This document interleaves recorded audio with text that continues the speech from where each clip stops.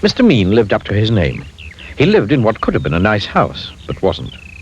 He never painted it, or mended the windows, or repaired the roof.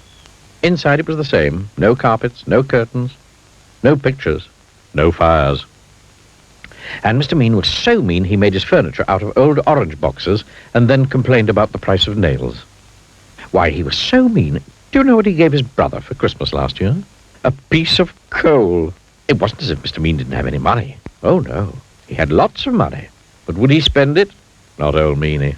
Not if he could help it. One day he was sitting in his gloomy kitchen having a gloomy meal when there was a knock at the door. Drat, he said, because he didn't like people. Drat and bother.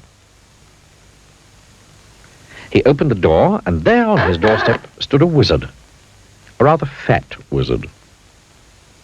"Hello," said the wizard. "I wonder if, by any chance, as it's such a warm day, you could possibly, if it's not too much trouble, be so kind as to, if it's not inconvenient, perhaps, as I'm very thirsty, provide me with, do you think, a glass, if it's not too much to ask, of water, please?" He was a very wordy wizard. "No," replied Mr. Mean rudely, and shut the door in his face.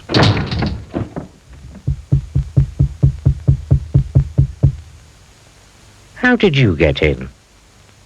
"Well," replied the wizard, "it was by, how shall I put it, I just, waved the old what's-his-name magic wand, don't you know, and then, here I am, if you know what I mean."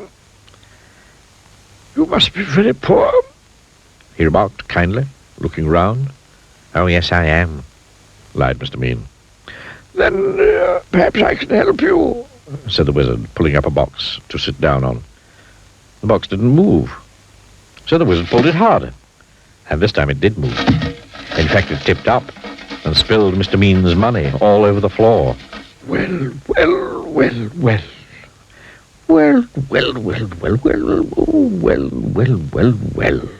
It would appear to me that you, sir, are an old meanie." Mr. Meanie didn't hear him. He was too busy scrabbling all over the floor trying to pick up his money. "And meanies need to be taught a lesson." And so saying, he waved his magic wand. All the money turned into potatoes. Potatoes. "Oh, dear. Oh, dear me. Oh, dear me. Please turn my money back into money. Oh, please, please, please." "Perhaps," replied the wizard. "But on the other hand, taking all things into account, by and large, things being what they are on the face of it, perhaps not. However," continued the wordy wizard, "if you make me a solemn promise never to be mean again, then I'll turn the potatoes back into money. But," he added sternly, "if you are ever mean again, then it's, how shall I put it, then it's potatoes for you, my lad, if not other vegetables as well."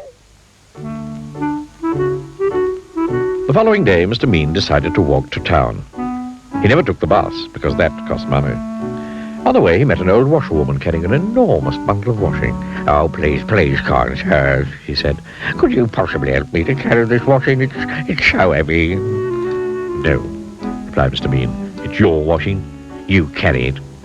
But as soon as he'd said that, he felt a tingling in his nose. Mr. Mean's nose turned into a carrot. "Oh, no," he gasped. The old washerwoman chuckled. And then Mr. Mean remembered the wizard's words. "Yes, oh yes," he cried in a panic. "Of course I'll help you, of course." And the carrot turned back into a nose, and off he went.